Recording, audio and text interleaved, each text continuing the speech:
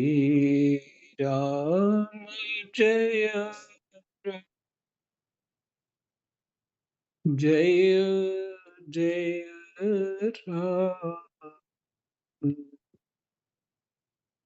राधे श्याम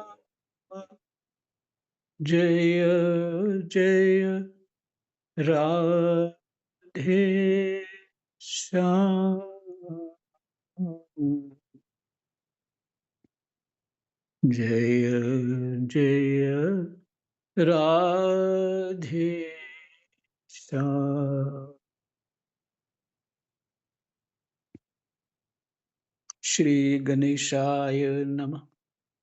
श्री सीतारामाभ्यां नमः।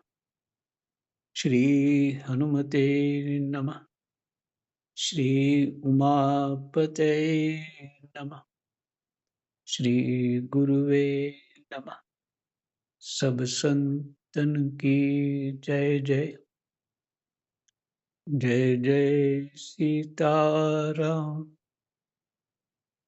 राधे श्याम। श्रीमद् भागवत महापुराण तृतीय स्कंद 12वां अध्याय श्लोक संख्या 49 से पाठ होगा। 49 से।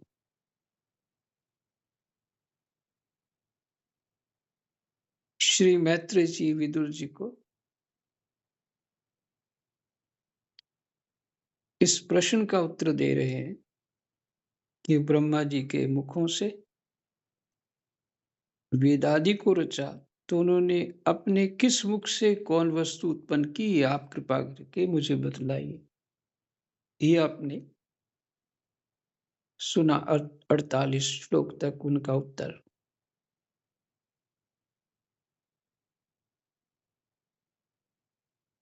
मैत्री जी कहते हैं, विदुर जी, ब्रह्मा जी ने पहला कामासक्त शरीर जिससे कोहरा बना था छोड़ने के बाद दूसरा शरीर धारण करके विश्व विस्तार का विचार किया।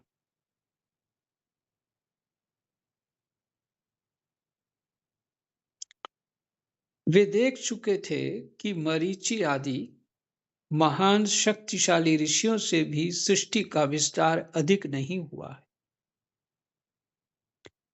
अतः वे मन ही मन पुनः चिंता करने लगे। अहो, बड़ा आश्चर्य है, मेरे निरंतर प्रयत्न करने पर भी प्रजा की वृद्धि नहीं हो रही है।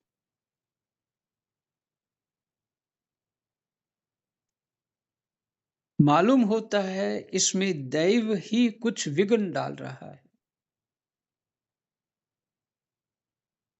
जिस समय यथोचित क्रिया करने वाले श्री ब्रह्मा जी इस प्रकार दैव के विषय में विचार कर रहे थे,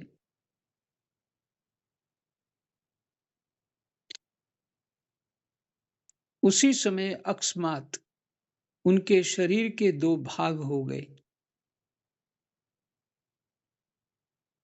उनके शरीर के जो नया शरीर अपना धारण किया था उसके दो भाग हो गए।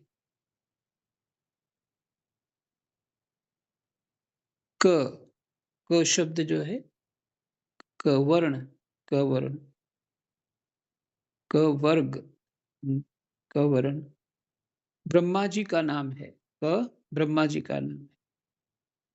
उन्हीं से विभक्त होने के कारण शरीर को काय कहते हैं। काया, काया शब्द आते तो काय। उन्हीं से विभक्त होने के कारण शरीर को काय कहते हैं। उन दोनों विभागों से एक स्त्री पुरुष का जोड़ा प्रकट हुआ। उनमें से जो पुरुष था वह सार्वभौम सम्राट स्वयंभू मनु हुए। जो सब लोग मनुस्मृति की निंदा करते हैं, तो ब्रह्मा जी ही है। और जो स्त्री थी, वह उनकी महारानी शतरूपा हुई। शतरूपा और मनु ने ही घोर तप किया है।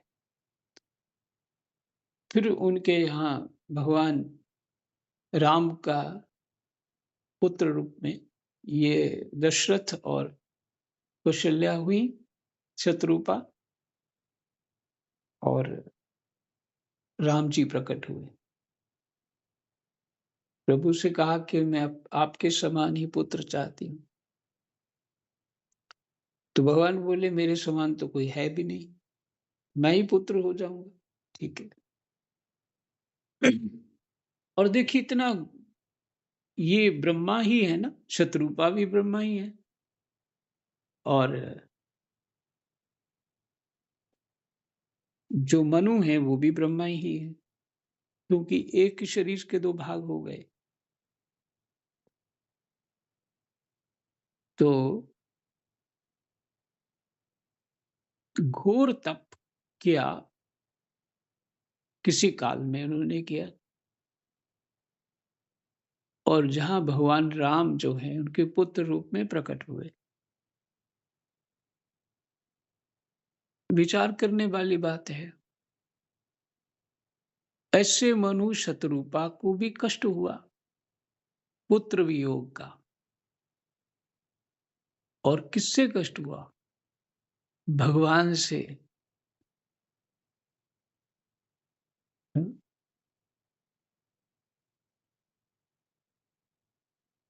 और ये लौकिक दृष्टि में देखने में ऐसा लगता है कि भगवान को भी कष्ट।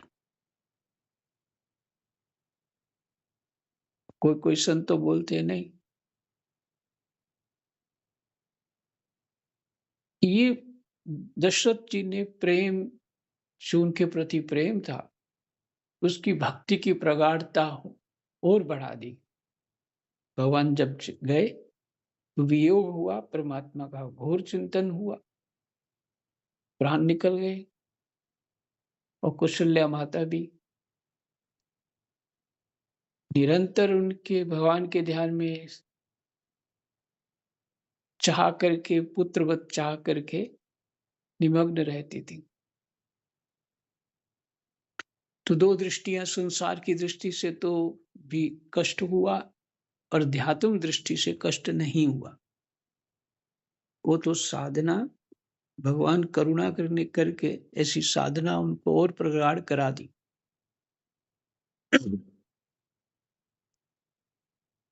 तो अगर लौकिक दृष्टि से देखें तो इनको भी कष्ट हो सकता है, तो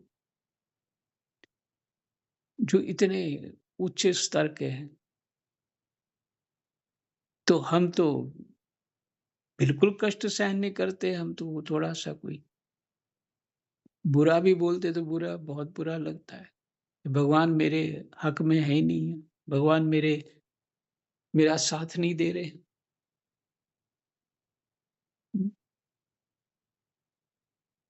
तो ये लौकिक दृष्टि तो ऐसे ही होती है।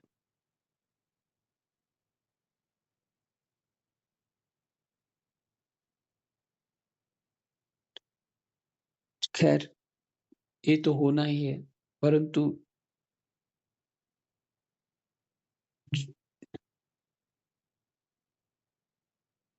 जब से ये ब्रह्मा जी मनुष्य रूपा हुए, तब से मिथुन धर्म, स्त्री पुरुष संभोग से प्रजा की वृद्धि होने लगी। महाराज, स्वयंभू मनु ने शतरूपा से 5 संतानें उत्पन्न की। साधु शिरोमणि विदुर जी, उनमें प्रियव्रत और उतानपाद 2 पुत्र थे, तथा आकुति, देवहूति और प्रसूति 3 कन्याएं थीं।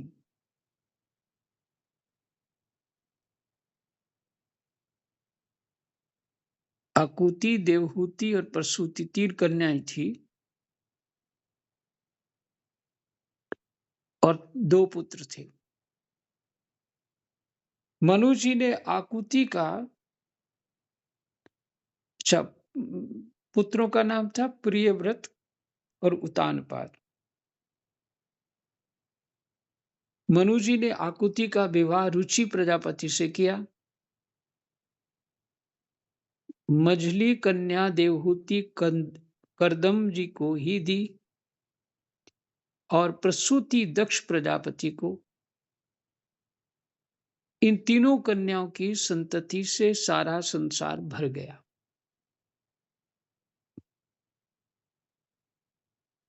जय जय सीताराम, राधे श्याम। ये हमारा 12वां अध्याय विश्राम हुआ। तो फिर से शुरू करना पड़ेगा।